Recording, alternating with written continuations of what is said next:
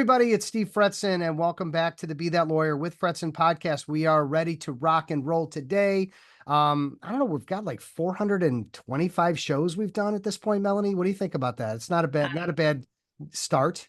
That is a fantastic start. It's all about the journey, right? Anyway, so Yeah, it's all about the journey, and we are making a journey of it. And you guys all know that the goal of the show is to help you live your best lawyer's life, to be that lawyer. And really, it involves looking at all the different ways that you can develop business. It's all the different ways you can find time and make time to live your best lawyer life. And I've written a number of books. I've written four, and the fifth one is in the works. And I'm announcing that, I think, for the first time here.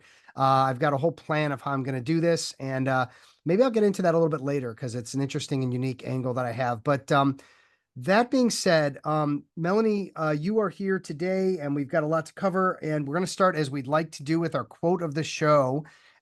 Jack Canfield, he is just an amazing writer. One of the first books I read on just marketing and just like how to get it going was Jack Canfield. And his quote is, "Everything you want is on the other side of fear." And that is so true. Like, I'm afraid of roller coasters, but then I go on one, and then I go on two, and all of a sudden I want to go on them all, right? And that could be writing a book, that could be launching a business. So talk to us about why you love that quote, and welcome to the show. thank you. Everything I want is on the other side of fear. Sometimes fear shows up as imposter syndrome. Sometimes fear shows up as, I don't think I can actually do that. But if I push through, I do it. And Yeah. I'm happy that I did. But I do love roller coasters. Can I tell you where that hasn't worked out for me? The other side of fear. It's really about not my own fear, but my wife's fear. So we used to go on these adventure vacations, like we'd go to Hawaii, not for an adventure, but whatever. And we'd be like, okay, now we're gonna go ride a bicycle down a volcano. And sure enough, 5 minutes in, someone goes off the side, and my wife's like, I'm done. And then we did it again in Colorado on snowmobiles. And sure enough, someone in the group in front of us went over the side. My wife's like, can I get off this thing? So she has the fear. I work her through it. And then someone like gets hurt. And then it blows up in my face that I'm this tyrant who's making her do things she doesn't want to do. There's a little personal information there about my life as a married man. But Melanie Herschorn, you are the founder and publisher of Big Impact Books. You've worked with tons of lawyers on their books, and we're going to get into the weeds about it. But let's get into your background a little bit about how you got into marketing and publishing and helping lawyers write and publish books. Well, I would love to tell you it was linear, but it was totally circuitous. I'll take you super fast because I really want to get into the meat of today's show, of Okay, course. thanks. Started out in celebrity PR, and then I got a master's in journalism, and I worked as a journalist on the radio and then in newspapers. Then I moved across the country and decided that I had to design and manufacture breastfeeding clothing, which is a bit Okay. of a left turn. I wasn't But expecting that, but all right. I know, but I did that, and I sold my clothes on Nordstrom.com and on Amazon and boutiques nationwide. And then I hired somebody to help me with my marketing, and that was the beginning of the end of my business. Also, the beginning and the end of my self-esteem. So it was a very toxic relationship, and I learned so much about marketing and so much about myself, and also about what I can do to support people in business and what I don't like. So closed the business after about a year. I'd been doing it for about 8 years. And then I pivoted to helping people with their marketing, and publishers and book marketers kind of go together. And I realized that I could really help authors from start to finish instead of just coming with the marketing piece at the end. What if I help them write, publish, and market the book so it really does something for their business? And for me, attorneys was such a natural niche because I've always secretly wanted to be an attorney. And then I had a family member go through a really messy divorce. And I realized that everything I'd been watching on television was not actually reality. and that, the bad guy doesn't always have to pay. And I realized, there's just attorneys are gatekeepers to information that we lay people don't have. And I can help them leverage that information to grow their brands. Yeah. Have you ever done any voiceover work? Your voice is very easy Yes. to listen to. I was going to say, Thank you. like a professional voice. Yes, I We were have. talking earlier about voices like podcasts where the voices are really like draining. You can't listen to them very long but I think you definitely have a voice that would, I could listen to a book on tape with your voice. And, I don't say that very easily. I don't give out compliments very easily, but in this case, there you go. Well, thank you. Um, well, very cool. So, I know, why attorneys don't write books from my perspective, because I'm the one in business development with them in the trenches, and it seems that they want to do it, but then they start looking at the billable hour. They start looking at all their, they're on a board, they're doing this, they're running in 100 different directions, and then say, hey, let's just take a book and plop it on top of your head and get on that. And they're like, nah, that's not going to happen. So is that what you're seeing? What's the reason that lawyers struggle to knock out a book when they may have a tremendous amount to share? Yeah, I agree with that. I mean, if I was in that position, I too would feel like my hair was on fire and I would not be able to add one more thing into my life. So for me, I think it's a bit of a mindset shift that has to take place, because you really can write a book in 30 minutes a day. It doesn't have to take all of your life and all Hmm. of your brain power to do. Chances are you probably have a lot of it actually written. You just don't even realize it. Yeah. And then there's that other piece of, there's a lot of predatory behavior in the publishing industry because the playing field is leveled. People can publish their own books. They don't have to wait for the big five to pluck them out of obscurity. And so there are a lot of people that want to take money. And unfortunately, I've talked to a number of attorneys who said, I paid all this money and nothing happened. And so knowing my background of how I paid a lot of money and nothing happened, I would never do that to someone.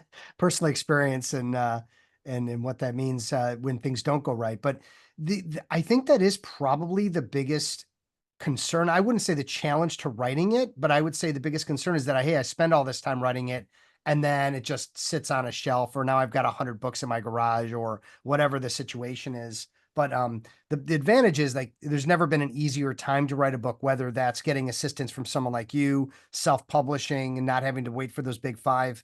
But if you're going to do a book, like, do it now versus 20 years ago for sure. Oh, absolutely. Because we didn't have all this online marketing available to us 20 years ago. I mean, Instagram didn't exist, for goodness Yeah. sake. Yeah. And so there are so many things that you can do with your book to grow your brand. You just want to remember that it isn't about book sales. And I think people get stuck on that. It's like, how am I going to sell a book? I remember talking to somebody about an author who only published 13 copies of her book. She sent them to all the prospective clients that she wanted to reach, and she got business. Mm, And that's really what it's about. yeah. It's really about leveraging the book for, client retention, client acquisition, visibility opportunities, and speaking, if that's something that you want to do, speaking on stages or getting media opportunities. Those kinds of things are a natural outgrowth of publishing a book when you have a plan in place. Okay. So there's a lot of ways to work it. The question I want to go back to is, all right, so you've got an attorney that has the book in the head, and there's a lot of different reasons why publishing that book would make sense. But when you say, 30 minutes a day, they're like, where am I going to find 30 minutes a day? What are the various ways people can create a book without it being 30 minutes a day, or without it being intensive? Maybe that's, again, I'm not going to give you the answers. You give the answers, but like you get where I'm coming from. Well, it all starts with an outline. I think that that's the biggest piece of that. If you just go in like a deer in headlights, where do you even begin, right? Yeah. And it's that whole, how do you eat an elephant? Although I wish they would use a different animal. Um, so it's having that broad outline Yeah. that I will take somebody through. Well, first of all, why are you writing a book? Because honestly, like Steve, everybody should not write a book. Right. I'm not here to say you have to write a book. If it doesn't gel with you, then don't do it. Yeah. But if it's been, ever crossed your mind, or people are saying to you, you know, you should really write a book, then let's talk about that. So you come up with an outline, and I'm going to help with that piece because it's really hard to see the label from inside the bottle. And you might have all these ideas, but you don't know what's going to make a good book. And then once you have an outline, it is so much easier to plug in the information Right. because Lord knows you've been saying it to potential clients for years. Yeah. And the thing I would add is that, and I did this with my most recent book, The Legal Business Development is in Rocket Science, and I don't like publicize this much, but it's 8 years of my article writing for the Chicago Daily Law Bulletin, right? I had 51 articles that I had written, and guess what? That's a book, right? I just had to take them and categorize them so it flowed and makes sense. But every article is a quality article. Each one's going to give you 2, 3 takeaways on on legal business development, marketing, networking, cross marketing, whatever it might be. And so I didn't have to literally sit down and write a book. I wrote it over time, but it's the idea of repurposing content that you already have that attracted me to that book, and being able to create it, and it's been great. And by the way, it's available on Amazon, everybody. So there you have it. But what are some other interesting ways that you've seen people create books where they have a limited amount of time? Well, if there's a podcast that you host or you co-host, you can take a lot of that content and repurpose it. Hmm. Articles are great, blog posts are great, social media posts are great. Even your sales script, if you have one, can be repurposed to be part of a book because you're sharing the same things over and over again. This is the low-hanging fruit that works in a book really beautifully. Yeah. The other thing I was thinking is interviews. So let's say that you're a busy lawyer, but you can do a third. How much can be laid down in a 30-minute interview, maybe once a week or once every other week, where you get interviewed and you answer the top questions that you want to be placed in the book. Then the editor, the writer, whomever, whatever, the ghostwriter can take your words and what you're saying and put that into a usable format. I like that option as well, because sometimes saying things and like you interviewing me and me giving you great ideas, and you're taking that and putting it, it's still my words, it's still my angle, but I'm not sitting and writing it and physically typing it out, which is maybe something that's holding someone back. Absolutely. And that's why we partner with ghostwriters because those people who really say, I'm willing to pay the ghostwriter, which can go anywhere from, 15,000 to 60,000 and up. If that's, within your budget and that's something that you want to do, then I say absolutely go for it. Some people say, well, I really want it to be mine. And if there's a ghostwriter, then it Yeah. doesn't feel like mine. And that's fine. But ultimately, as long as you're not using AI, it's your book. So what's the downside of AI? Let's say I have a conversation I have from, like, say, my one of my training classes, okay, and I Mhm. want to use that for an article or for a book, or take multiple classes, and I run that through AI. Then what's Mhm. the downside of that?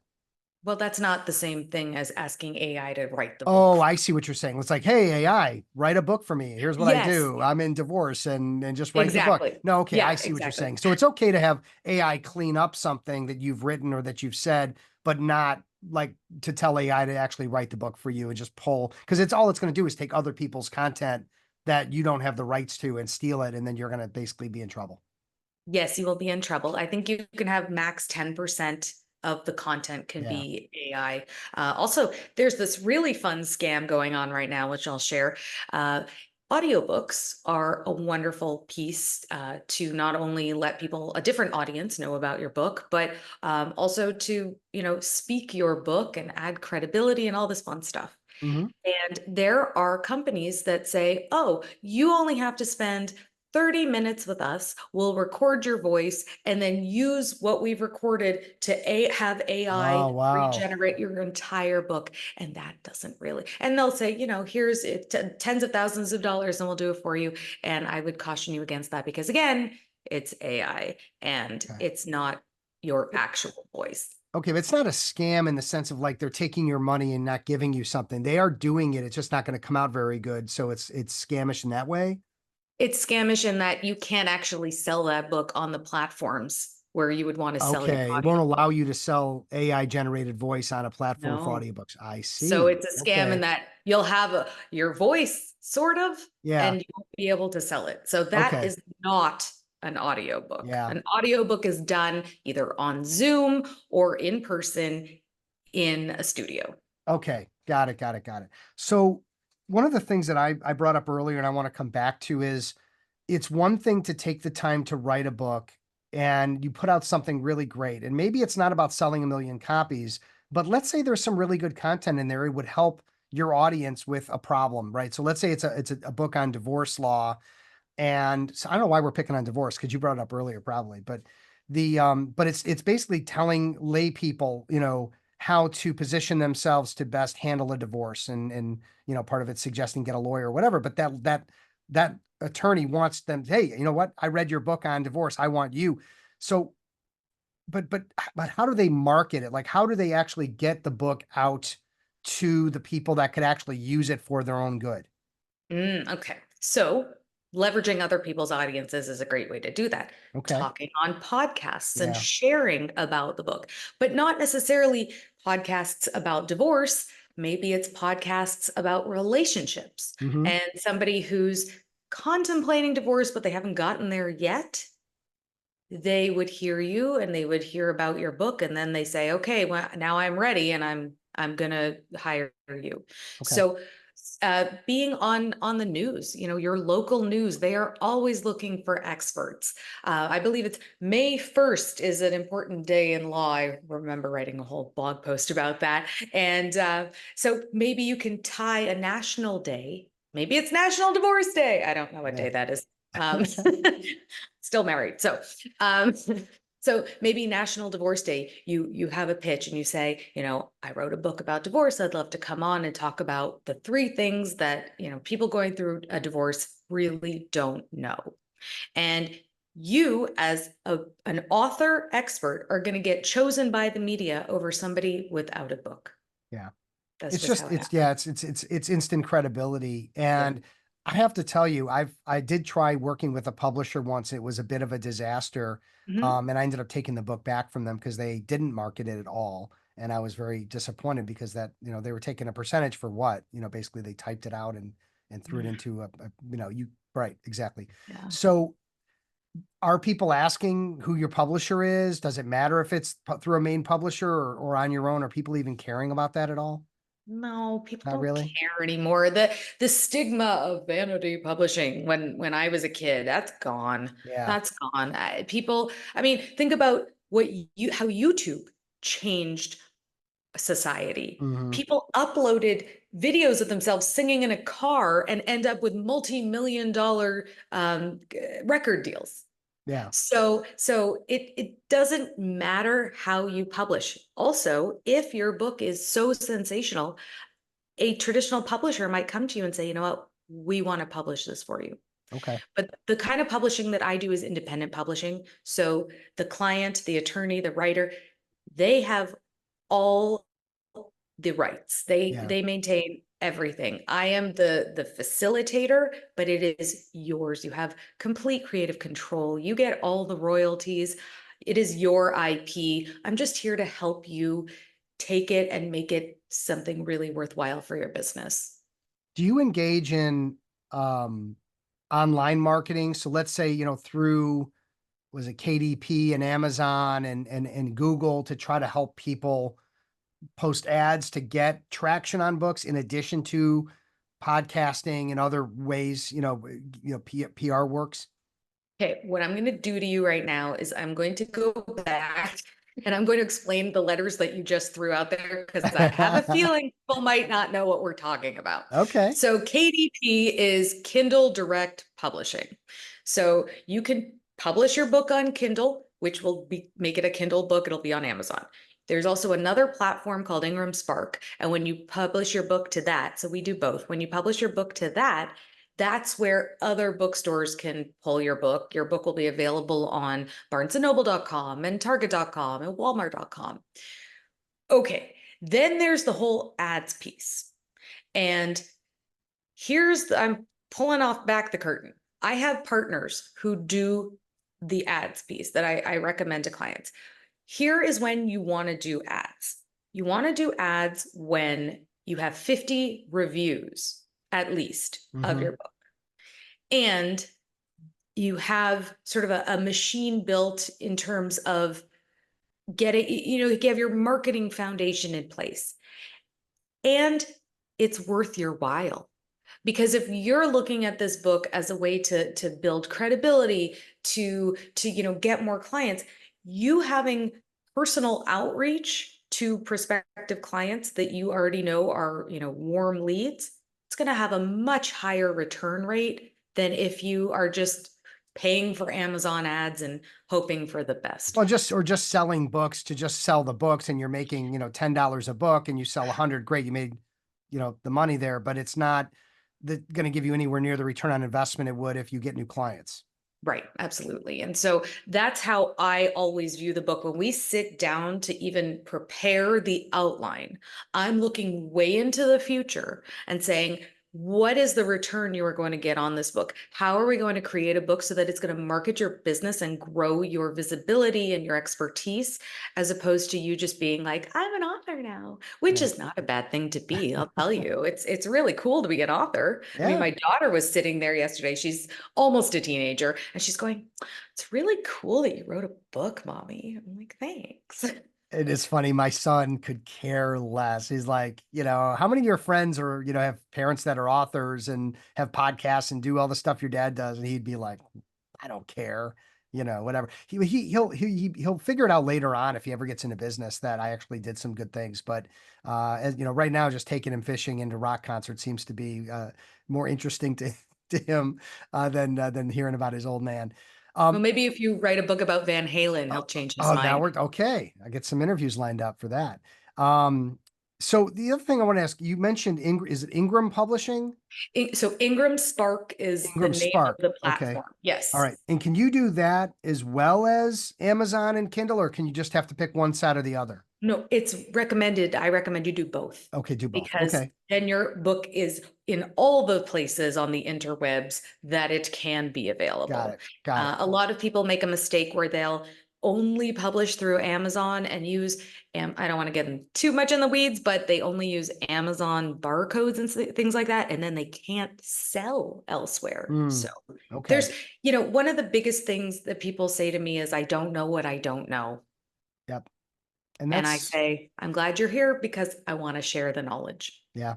Well, that's why we bring in experts for things that we're not expert in, right? So, I mean, I had some work done on my home over the weekend to straighten out the level of my roof, and yeah, I didn't think that for a second that I was going to do it myself, right? I'm not a carpenter. I don't know the first thing about jacking up, a roof to adjust the post and all that. And the guy did it in no time flat, and it looks great. So, lawyers, I get it that you are very smart, and I get it that you're very successful in the law, but I think it's also important to know, where your time is best spent and to know your limitations and to be okay to outsource things or to learn new things through other people. Business development, marketing, books, podcasts, right? Like I don't want to have to learn all the different ins and outs of editing and publishing podcasts, right? I just want to hire someone that kicks ass at it. Let me do this with you and then hand it off. Like that's the play, everybody. It really is. And anyway, that was me on a on a pedestal for a Soapbox. second. A Yeah. soapbox. There you go. Okay. Okay, Yeah. not a pedestal. All right. Both. It's Let's maybe both. Okay, so here we go. So what are the top then what are the let's wrap it up with what are like the top two or three mistakes that lawyers make when they do write a book? I think we've kind of covered them, but let's just kind of give a recap on that. okay. So hiring the first shiny publisher that suggests that you work with them. Okay. I've seen big problems there. And there was one publisher that then shut their doors in the middle of the night and Hmm. left people hanging, and that was very bad. Okay. So, not doing your homework. Interview them, right? Interview them, Yeah. maybe talk with their clients, maybe Yeah, like think about, how credible they are. Okay. absolutely. Not coming in with a with an idea, Okay. just saying, oh yeah, I think I should write a book. Okay. But why? I'm going to question you. Why should you? And if there is a good reason that's going to benefit your business, I'm going to say, yes, go all the way. Yeah. And then I would say the third one is not doing the marketing. And that's Yeah. why what sets us at Big Impact Books apart from other publishers is that the marketing is built in. Yeah. I don't say, okay, your book's published, have a great day. It's okay, your book is published and we have a plan. We are sending out press releases to the media. We are getting you, we're working on getting you a bestseller campaign on Amazon so that your book can be a bestseller. We're coming up with ways that you can get on podcasts, get on media opportunities, get on stages so that you're leveraging this book and making a difference with it for Wow. your business. Yeah, that's so great. And I love that you're in it to handle the beginning, middle, and end of this life cycle of writing and publishing and marketing a book. And that's worth its weight in gold for the folks who haven't written a book but are thinking about it. That's really what you want, is someone that's going to handle all the aspects, not just, hey, I'm going to help you produce a book and then hand it to you and say good luck to you, right? That's not the package you guys should want. Um, Melanie, let me ask you, you had mentioned in kind of the pre-interview about your game-changing podcast, and it's Jamie Kern Lima show, the Jamie Kern Lima show. So tell us, what that's about and why you love that show. So I had an opportunity to watch her speak live in person a couple weeks ago. Okay. She is a powerhouse woman. She started a makeup brand in her apartment. And after years of hard work and really walking the walk and talking the talk, she sold it to L'Oreal for $1.2 billion. Nice. And now and I mean, it's amazing to hear how she's so humble and her humility just shines through. And she interviews others in the personal development space. And it's just such an empowering podcast. And I highly recommend it. Yeah, that's awesome. Check that out, everybody. And as we wrap up, want to thank our wonderful sponsors, of course, PimCon. Last chance to sign up for that. So check that out, PimCon. And of course, Get Staffed Up, helping you to bring in those virtual assistants and getting things done so you don't have to do it yourself. You're also, Melanie, giving my audience something. I think we're going to have it in the show notes. It's some kind of an attorney guide. So can you just take a moment on that? Absolutely. So it's a publishing guide for attorneys, Okay. and it takes you through all the things about writing a book, publishing a book, and marketing a book. So you can have a lot of information and make some great decisions for your own book. The link to grab it is, I just have to have it memorized here, yourbigImpactBook.info/attorney guide. That is a big mouthful Yeah, here. that's going in the show notes though. So no stress, everybody. Just scroll down on Drive your phone and you'll see safely. it. Drive safely. But know that it's in the show notes so that if you want to take advantage of, the attorney guide to sort of figuring out the process, Melanie so kindly offered. So thank you. And if people want to get in touch with you directly to evaluate you or to meet with you to talk about a book, what's the best digits there? Oh, it's just meetmelanie.vip. That's a link to my calendar and we can chat and outline a Oh, book for you. all right, very cool, very cool. Well, thank you so much. This has been great. I mean, I've interviewed a lot of book publishers for attorneys, and I think you have a unique angle, and I think it's well thought out. And being someone that has published books for better or for worse, right? Made my mistakes along the way. I wish I had you in my corner on that first one, that's for sure. So really good stuff. So thank you, and let's keep in touch because I think there's a lot of value in us continuing to discuss how we help attorneys. Absolutely. Thank you so much. Yeah, absolutely. My pleasure. And hey, everybody, hopefully you got a couple of good ideas. I mean, it may not be for you this year, but if it is, talk to Melanie. And if it's something you've really been thinking about, maybe just write out that outline and get it together. And then, take Melanie up on her offer to meet with you and discuss it and see if it's something that makes sense for your business. I think we all need to look at all the different avenues for marketing, branding, PR, and do one that's gonna really take us to the next level. So that is the deal for today, everybody. Take care, everybody. Be safe, be well. We will talk again soon.